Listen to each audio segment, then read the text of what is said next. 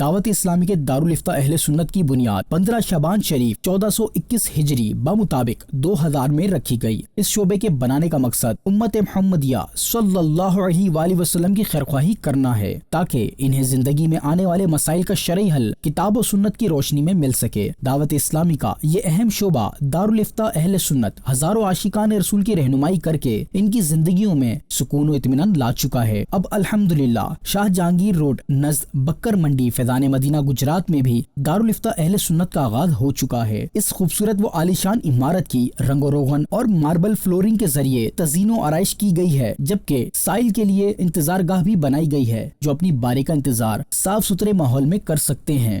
جانے مسائل تو علماء سے پوچھیں، یہ حکم مبین ہم کو رب سے ملا ہے۔ دارالفتہ اہل سنت میں سائل اتوار کے علاوہ باقی دنوں میں صبح 10:30 تا شام 4:30 بجے تک بالمشافہ مفتیان کرام سے ملاقات کر کے اپنے عقائد و نظریات، نماز، روزے، حج، زکوٰۃ، طلاق، نکاح، وراثت، کاروبار، معاملات، جائز و ناجائز، حلال و حرام وغیرہ کے فتوے حاصل کر سکتے ہیں۔